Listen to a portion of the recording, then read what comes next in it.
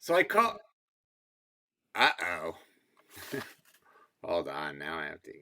Okay. Okay. All right. Anyway, so tonight's topic is called The Mystery of Retirement. And before we can even talk about retirement, we really have to talk about an analogy. And the analogy I want to talk about is going to get a physical at a doctor. And what happens when you go to the physical? Well, they listen to your heart and they listen to you breathe and they examine you physically. They usually take blood. But that shouldn't be the only things they do. They should talk to you about your diet. They should talk to you about exercise. They're going to ask you questions about alcohol use. They're going to ask you questions about drug use. They're going to ask you questions about sexual behavior. That was the best picture I could find for tonight. They're going to ask you about family history, and they're going to ask you about any other risk factors you might have in your life. Because if you do, they have to think about doing other things. And depending on how you answer all these questions, will help them determine the best way to treat you and to keep you healthy for a long life. And that is not so different than what I talk about. So you're sick or you're hurt, injured, you see a medical professional. You're sad or you're struggling emotionally, you see a mental health professional. I talk about not physical health or mental health, but I talk about financial health. And even though my subject tonight is on retirement investing, IRAs, and things like that, you can't isolate that one topic without talking about everything else. And I know you've had some sessions on these other things, but it would be remiss of me not to mention them. So here's my just quick financial physical. You've already talked about budgeting. I would tell you that budgeting is the most important financial decision you can make at this time in your life. To start estimating what your costs are and to record everything you spend. And many of you are still getting support from your parents, but if you start keeping track of all this now and develop those good habits, it will continue on in your adult life. I still have a budget to this day. And then we should talk about credit cards and any credit card debt you have. And we should talk about taxation. And we should talk about student debt. And we should talk about an emergency fund, because if you're going along and suddenly you have an unforeseen expenditure you need to make, do you have money set aside for that? And we should talk about the kind of car you drive. Don't laugh, that's my car. And we should talk about, don't laugh, that's my house. We should talk about if your house needs repairs. And yes, we should talk about saving for retirement, because a lot of people don't. And so I'm going to talk to you about this, but if you don't have a budget and if you don't have an emergency fund and you have a lot of credit card debt and student debt and your car is on its last wheel, so to speak, and you need to repair the place you live, then we shouldn't even be talking about saving for retirement, because you have other priorities. And that's what the budget does. It helps you prioritize your spending. All right. So that's my little quick intro. Now, let's talk about retirement. So I've been at UCLA a long time. I started, I started when Lincoln was president, and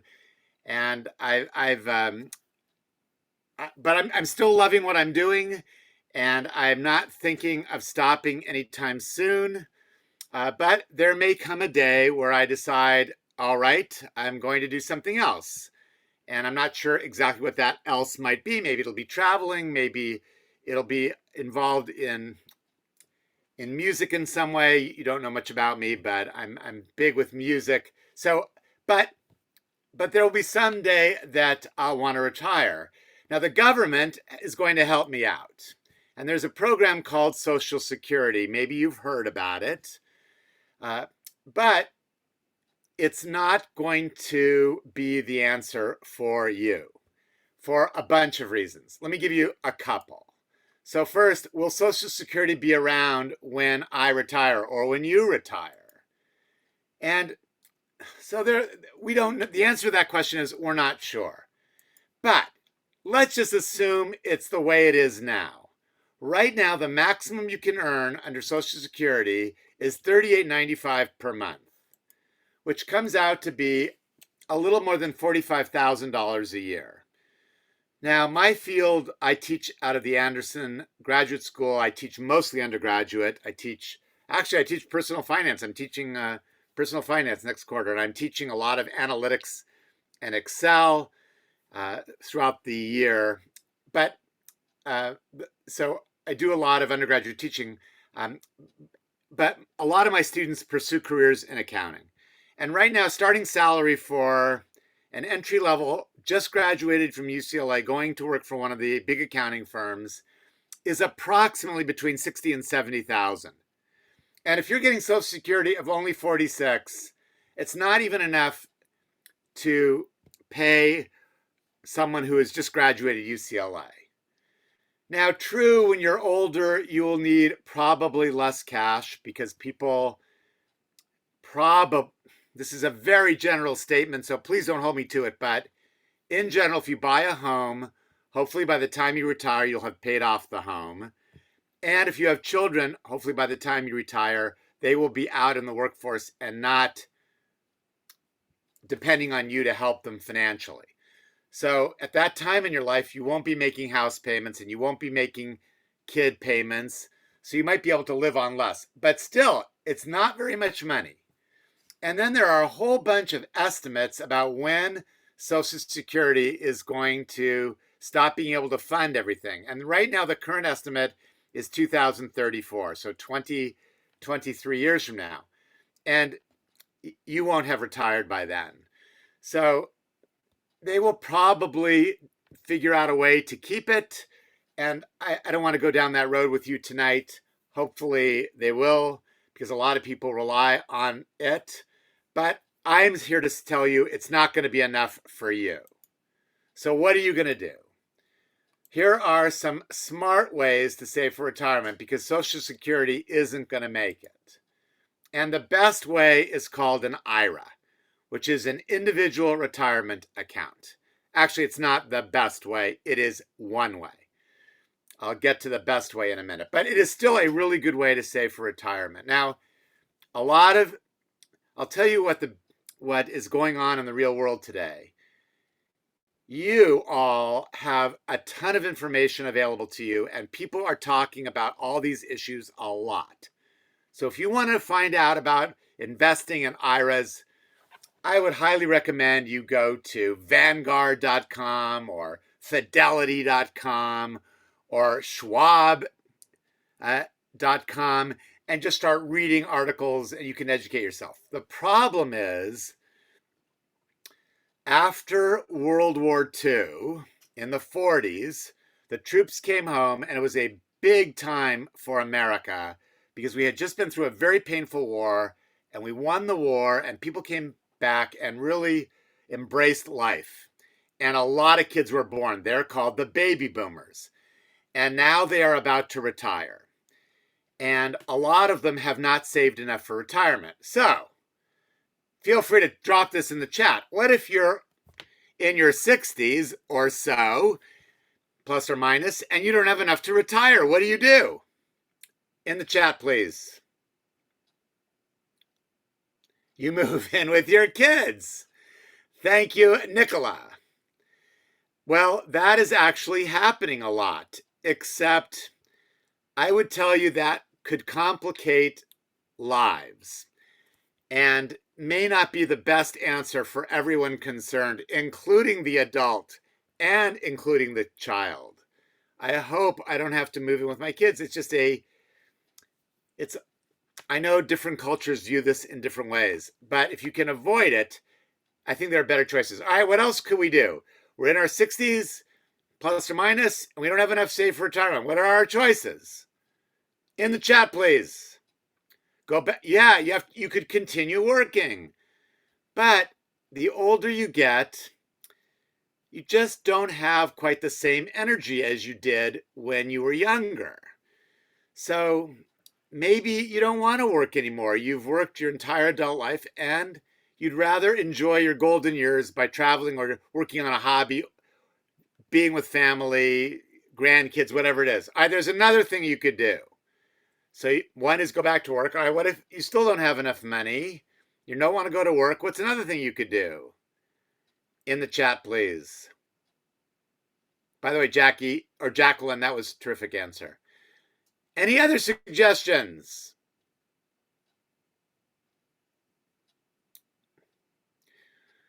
Well, the other possibility is you could downsize. So what does downsize mean? It means you live in a smaller home. It means you spend less money, whatever that means.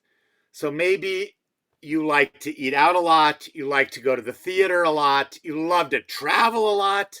And when you travel, you want to stay in semi-nice places. All of that is going to be diminished if you don't have enough for retirement. And I know all of you on this call most of you are probably in your 20s, maybe late teens, and you haven't even started working, so you're not even thinking about retiring. But the day is going to come, and the years fly by. I remember when I had my first day at UCLA. It was back, I'll just tell you, this is my 40th year at UCLA. I started when I was 2, for anyone trying to do the math. And I remember my first day like it was yesterday, and these 40 years have flown by. And not that I'm ready to retire yet, but there will come a time when I'll want to and do some other things and maybe do some things that I can't do when I'm teaching full time. So it's important to save for retirement. And one way is an IRA. Now, there are 2 types of IRAs. You're going to hear a lot about these. The first is called the traditional IRA. And here's how it works. So this is now. Then after now, you're going to enjoy your work life.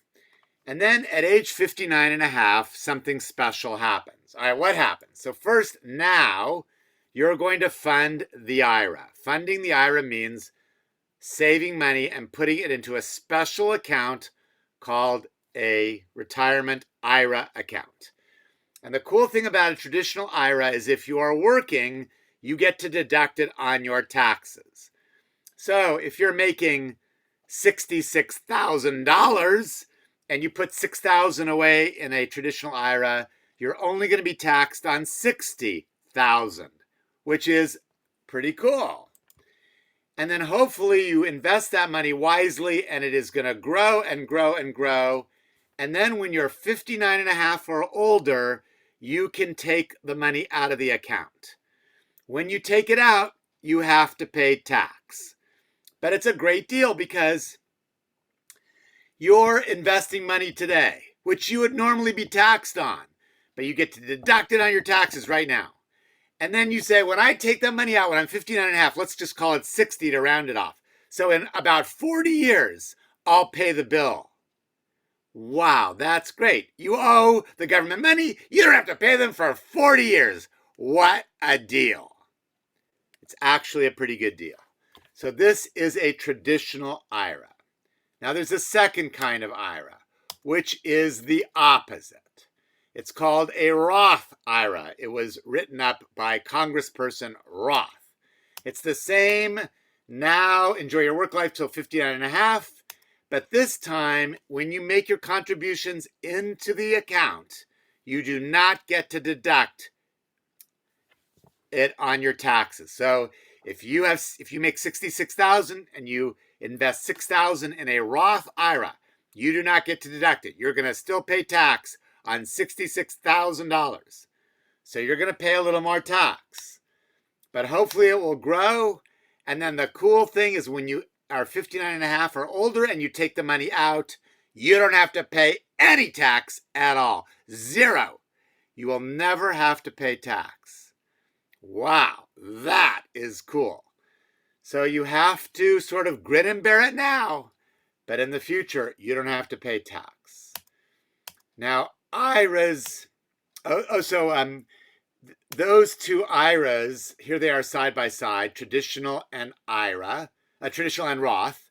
The traditional IRA, you get a tax break now, and this is an ideal vehicle for high income earners. Now, unless you are going to go to work in a field where they're going to pay you a lot of money, maybe engineering, for example, where they're going to pay you a lot of money. I think for now, the Roth IRA is better for you. The reason is because you're not in a high income tax bracket to start with. If you're making $60,000 a year, you're not in the highest income tax bracket. So the amount of money you're going to save by doing a traditional IRA isn't all that much. Now, if you're an engineer making $150,000, $200,000 a year, then I would consider a traditional IRA because you're in a higher tax bracket. And I'm assuming that you've already, I heard from Sarah that you've already talked about taxes, so I hope that is clear. But for most young people when they start, I would say a Roth. Now, you can hedge your bets.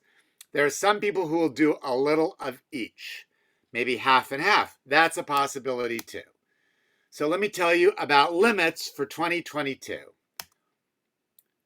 Not those limits. So right now, for actually 2021 and next year, you can put $6,000 away. But if you make more than $68,000, it starts to get phased out. So the government has decided they only want people who are making a little bit of money.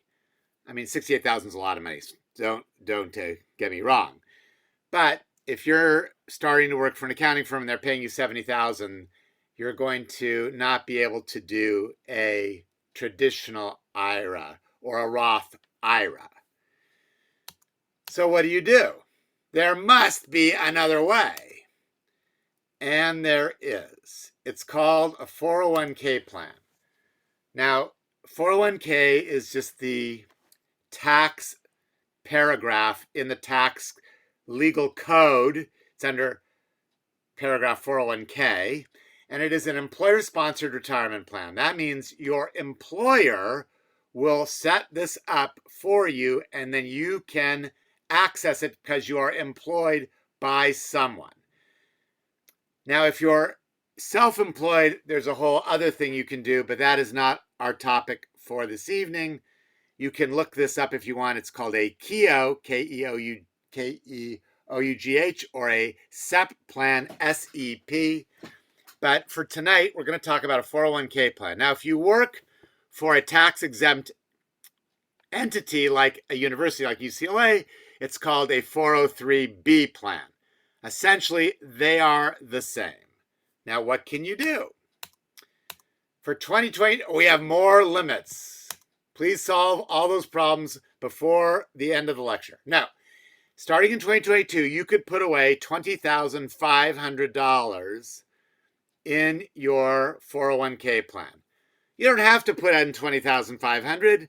You could put in $1,000 or $2,000, but you could put up to $20,500. And there are no income limits. No matter how much you're making, you can still invest $20,500. Many workplaces now have both choices. They will give you a 401k traditional plan and a Roth 401k as well. And it's the same deal. For a 401k, your contributions are made before they've been taxed, meaning you get to deduct them on your taxes.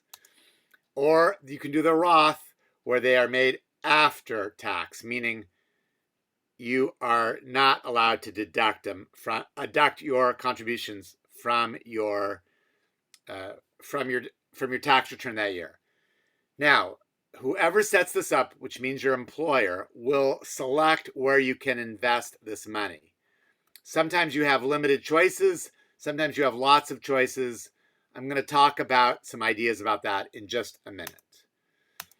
All right.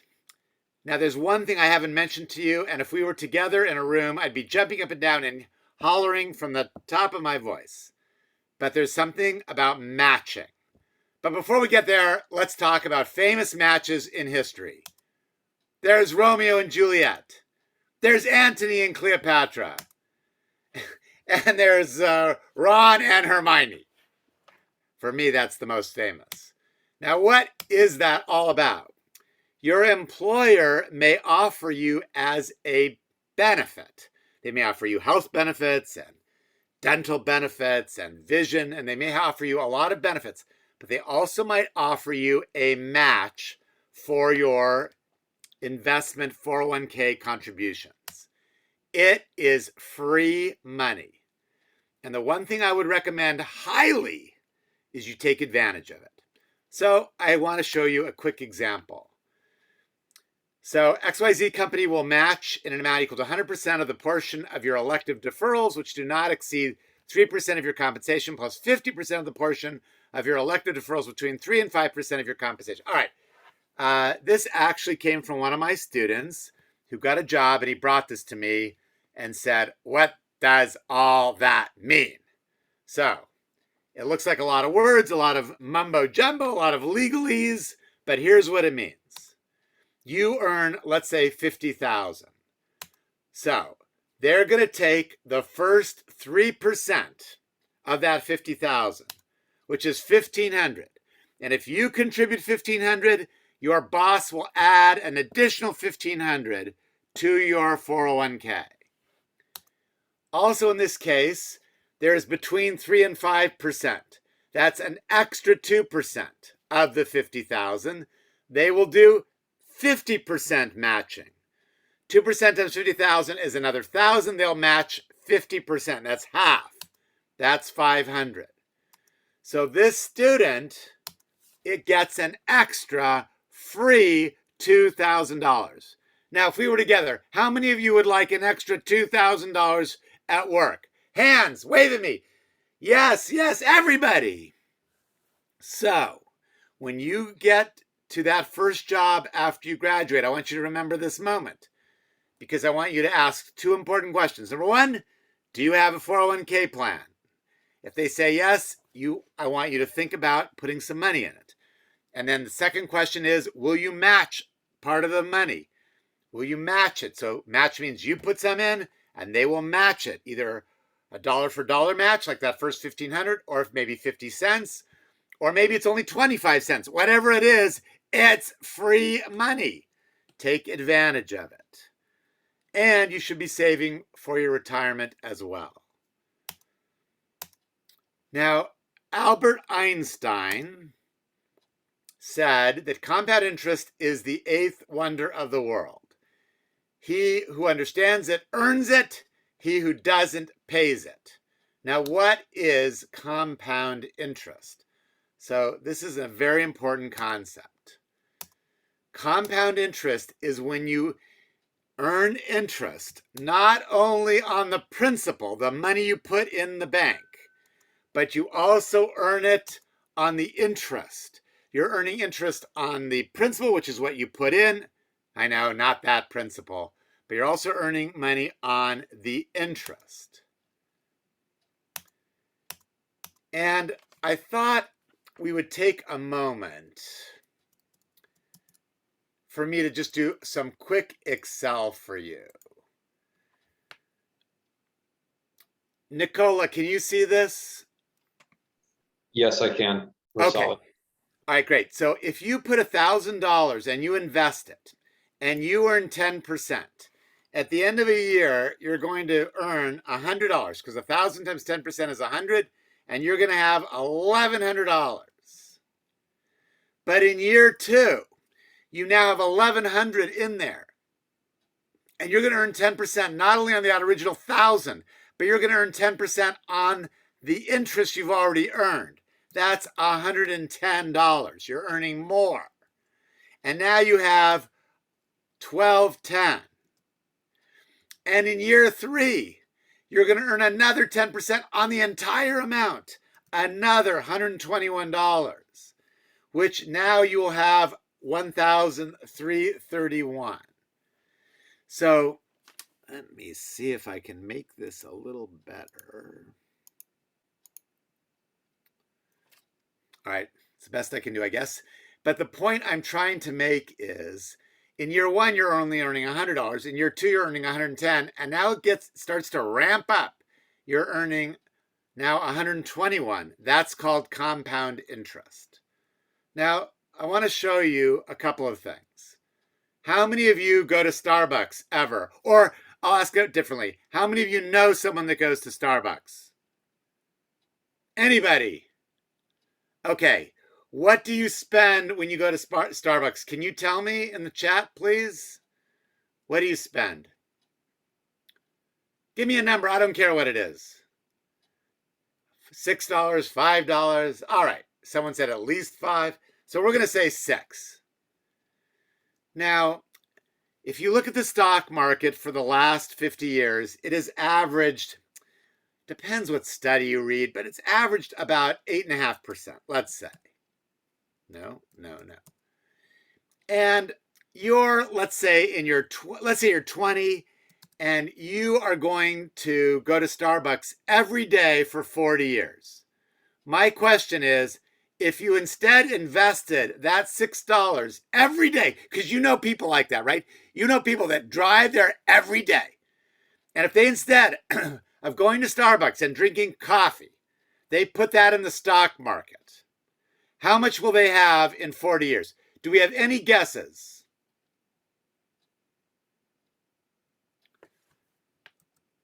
Actually, I'll help you a little bit. If you spend 6 times 40 years times every day, you're spending $87,600 over 40 years. All right, so here's my question. How much will you have if you invest that money in the stock market? Any ideas? I need some ideas. Some people make some guesses in the chat, please.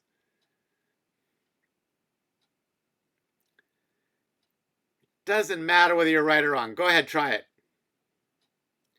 Over 100,000, $1 million. I think $1 million's a little high, but it's close. If you invest for 40 or $6, you will have $750,000. So, everyone, so why don't you go buy a coffee machine and those little things and just make it at home? Let's say it would cost you $2 instead of $6. So let's say you're saving $4. That's still $500,000 that you can save by not going to Starbucks every day. How many of you would like to be a millionaire? Who would like to be a millionaire? Anyone? Nicola would like to be. Okay, Nicola. All right, so we're going to say again 8.5%, and we're going to do this 40-year thing, and I want to be a millionaire. So my question to you is, how much do you have to invest monthly to be a millionaire by the time you retire? Again, I need some guesses. $8. Monthly? Or monthly, I guess. Never mind. So we saw with Starbucks, right? If it's $6 times a month is 30 is 180. So Yeah. about 180 gets you $750,000. So let's extrapolate to about $250. Yeah. That's about what it is. So if you can invest $250 a month for 40 years, you'll have $1 million. Now, you can say, well, David, what about inflation? Okay, maybe there's some inflation. You know, before this year, inflation was like 2%. This last reading, we're having issues with inflation, which we could talk about all night long. But even if it's, let's just go back to 2%. So maybe you're only earning 6% a month. So now you have to put $500 away a month. But if you're making $60,000 a year, 60,000 divided by 12 is 5,000 a month. Can you put 10% away? All right, I'm going to show you one final chart, and then we're going to wrap this up. And I actually have a quick video to show you, and then we'll take some questions. This is my favorite chart. So we're going to compare 3 people. Person 1 invests for 10 years, from the time they're 25 to the time they're 35. and then they stop investing.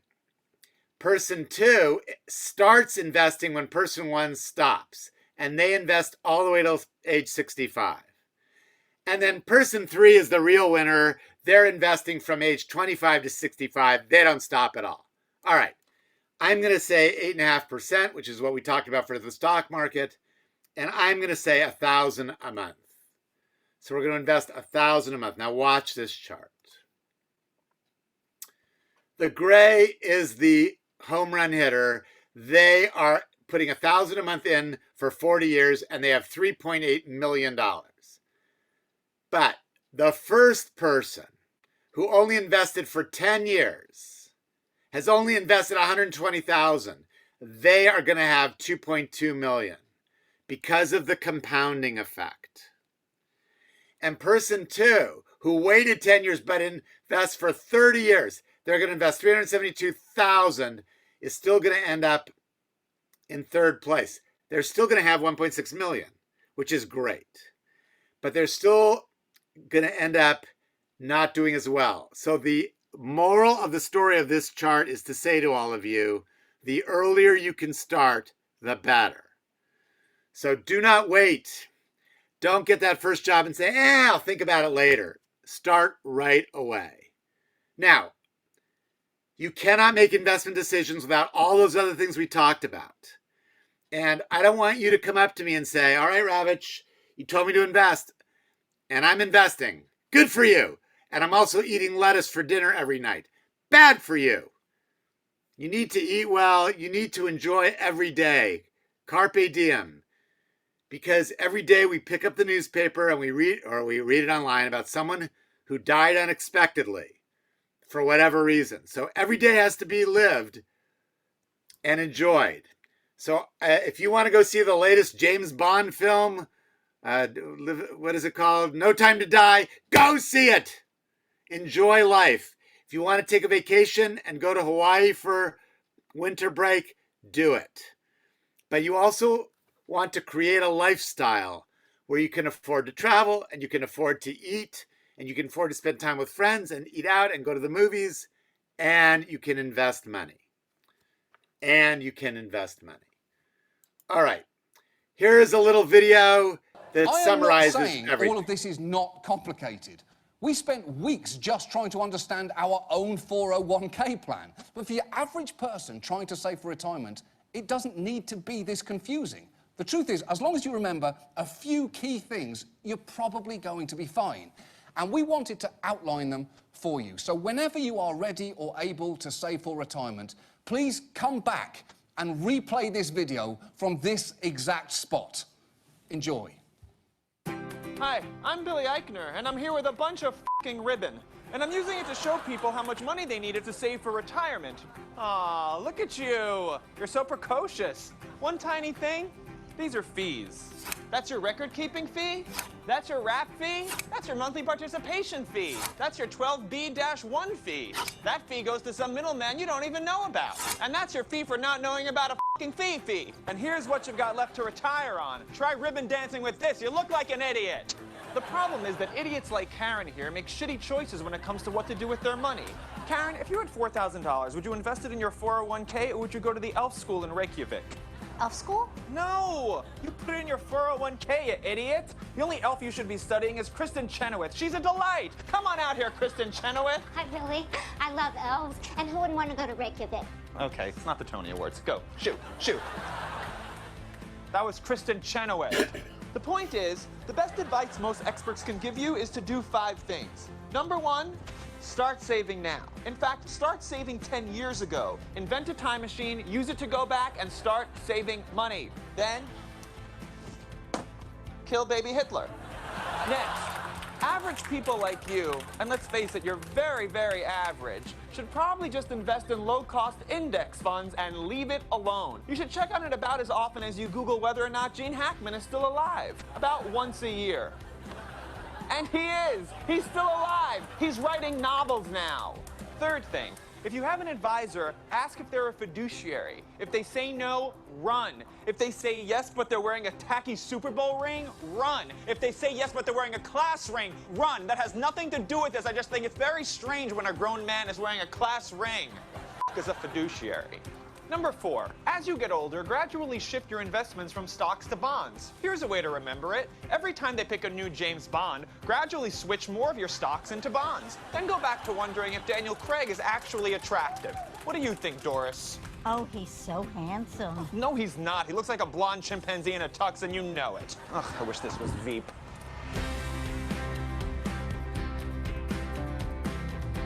Finally, try to keep your fees like your milk under 1%, because just like interest compounds, so do fees. And even 1/10 of 1% can really f you.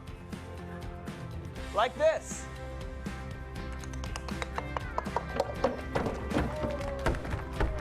Oh shit, Kristen, watch out! What?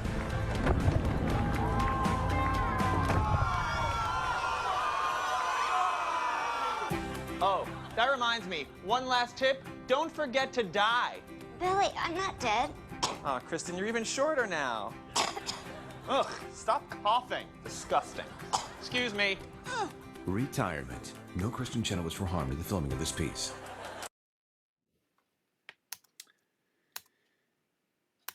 Kristen Chenoweth, if you don't know her, was a incredible talent on Broadway, and she originated the role of Glenda in Wicked.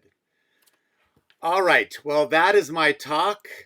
Do you have questions or thoughts about anything that I can help you with?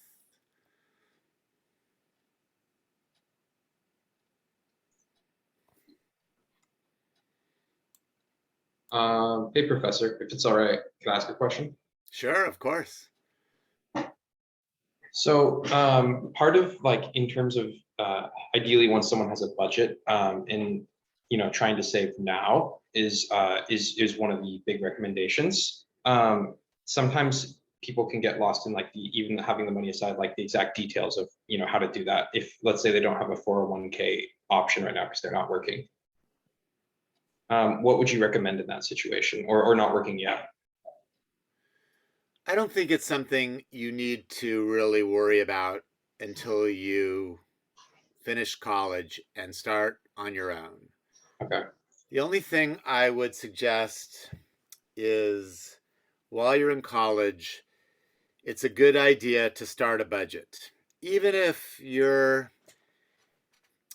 are getting funds from student loans, scholarships, your parents, wherever you're getting money from, and you don't spend a lot on your own, just getting in the habit of writing down how you spend money will force you to think about how you spend money.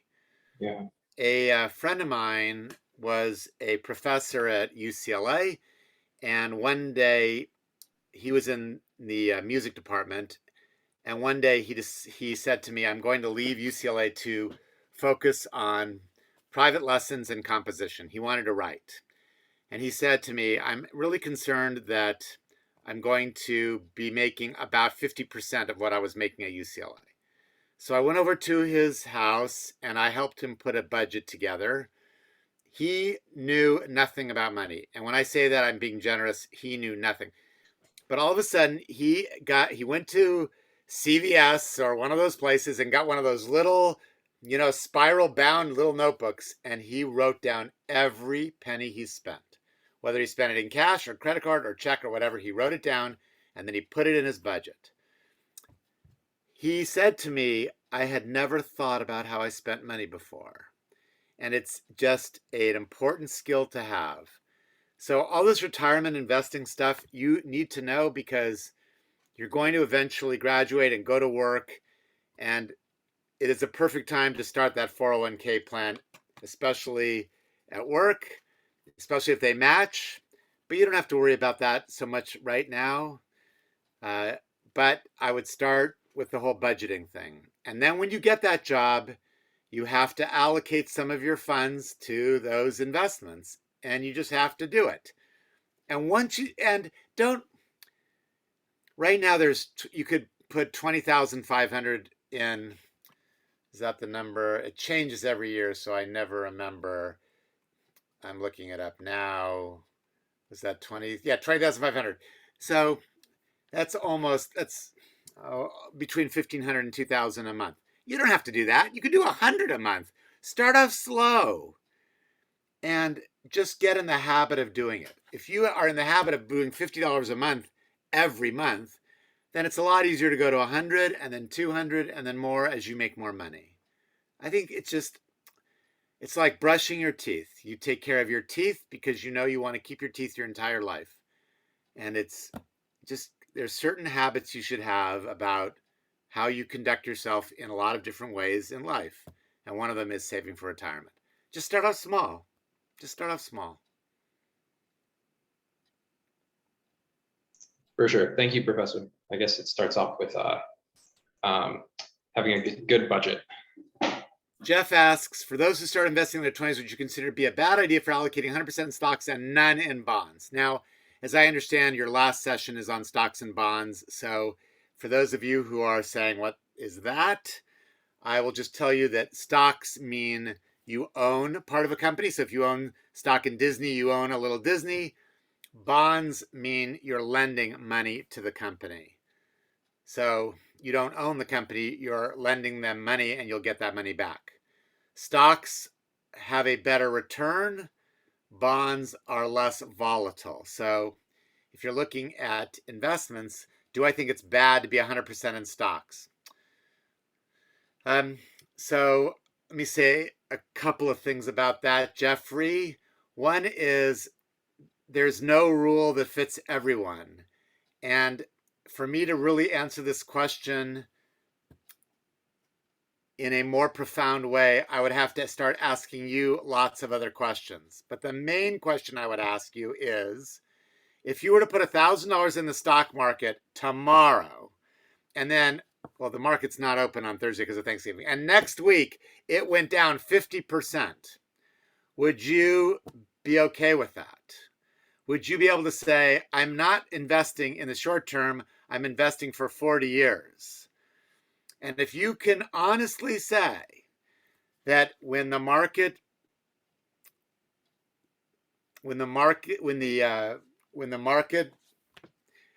falls occur, and they occur. We haven't had, the market has sort of gone straight up since about 2008. So for the last 12 or 13 years, it has gone pretty much with a few blips straight up. There is going to come a time where it's going to take a hit and it will go down 10, 20, 30, 40%. But if you believe in America and you believe in the companies you're investing in, then I believe in the long term, it will come back. So if you can say to me, I'm okay with all that, then I would say to you, it's okay to put it all in stocks. Here is what the professionals say. They say, take your age and put it in bonds. So if you're 20, they would say put 20% in bonds and 80% in stocks. That's kind of the general rule that a lot of professionals would tell you. But everybody's different. I would really emphasize what they said in that video, which is the older you get, you want to start transferring some money out of stocks and into bonds, which are less volatile. Because when you get older, you don't want to take a huge hit of all of your fortune. So you want to split it up. And maybe 50-50 or something, even on retirement. All right, Jeffrey, you're so welcome. Anything else?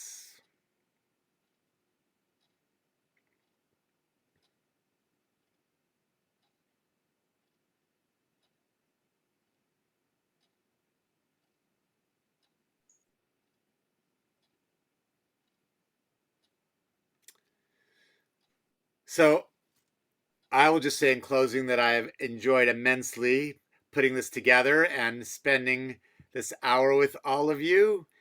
I teach personal finance, so we could talk about these issues for a whole quarter. It's called Management 168. I'm teaching it this quarter. It's full right now. I may be teaching it next quarter. I may not. I'm not positive. But if I don't teach it, someone else will. And I hopefully will be teaching it next year too, at least in the winter. Again, I'm not exactly sure what the schedule will be. I also, if you're interested in technology and pursuing careers where they use technological tools like Excel, you might want to consider taking Management 142A.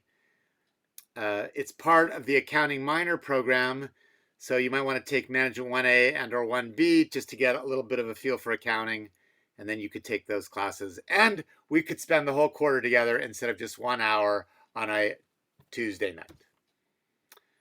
So again, thank you to Nicola, or however he pronounces it, and Sarah, and thanks for including me in the program. Thank you so much, Professor, for making it tonight. That was really awesome. We really appreciate you having here and us taking your time out of your night to do this.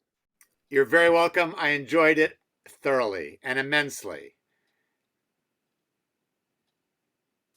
All right, I guess that concludes the workshop. I'll stop our recording.